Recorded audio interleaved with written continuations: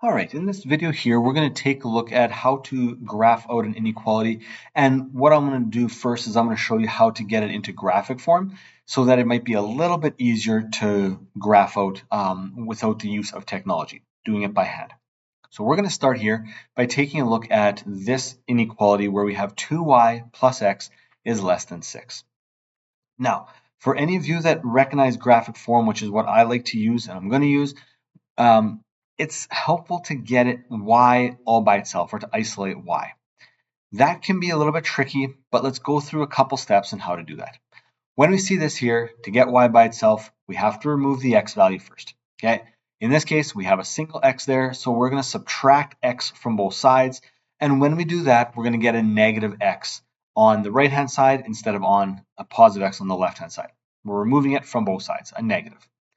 Then we're going to divide everything by 2, and it's important that we divide everything by 2. And so we're going to get y is less than negative 1/2 x plus 3. Now you'll notice here that I divided the negative x by 2, and that becomes, instead of it being a negative 1, it's a negative 1/2. That's going to be our slope, which is very helpful when it comes to graphing this out. And then our last number there, the 6, we divide that by 2 as well, and we get a 3. We divide the 2y by 2 as well, and that just gets y all by itself. It's a 1y, which is what we're really looking for and want to get in as our end game. Once we've got it here into graphic form, and that can be a bit of a challenge to start, but it sometimes takes a bit of practice and we can get it. Now we can graph this out. So let's take our graph, which we have right here, and let's plot out our known point. Okay, our known point is our y-intercept in this case here, which we're going to put at 3. Okay, I have that along the y-axis because it is the y-intercept. Now the slope of this line is negative 1/2, which means we're going to go down 1 over 2. Okay, the negative means we're going down. The 2 is always positive. We always move to the right. So that's going to be our second point. Now, when we take a look at this inequality here, are we going to have a dashed line or a solid line?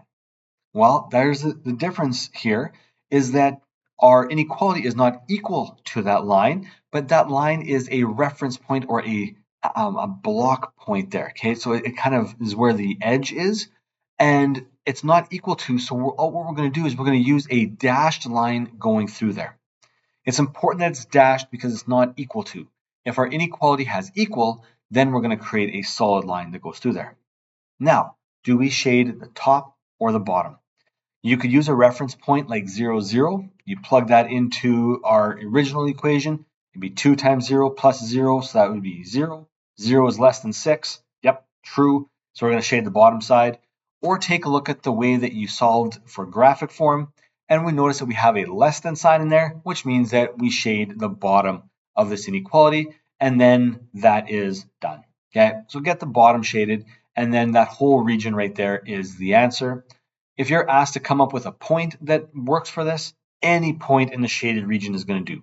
Absolutely anything. Just make sure it's in the shaded region, not on the dashed line. All right, thank you for watching the video. I hope this helped you.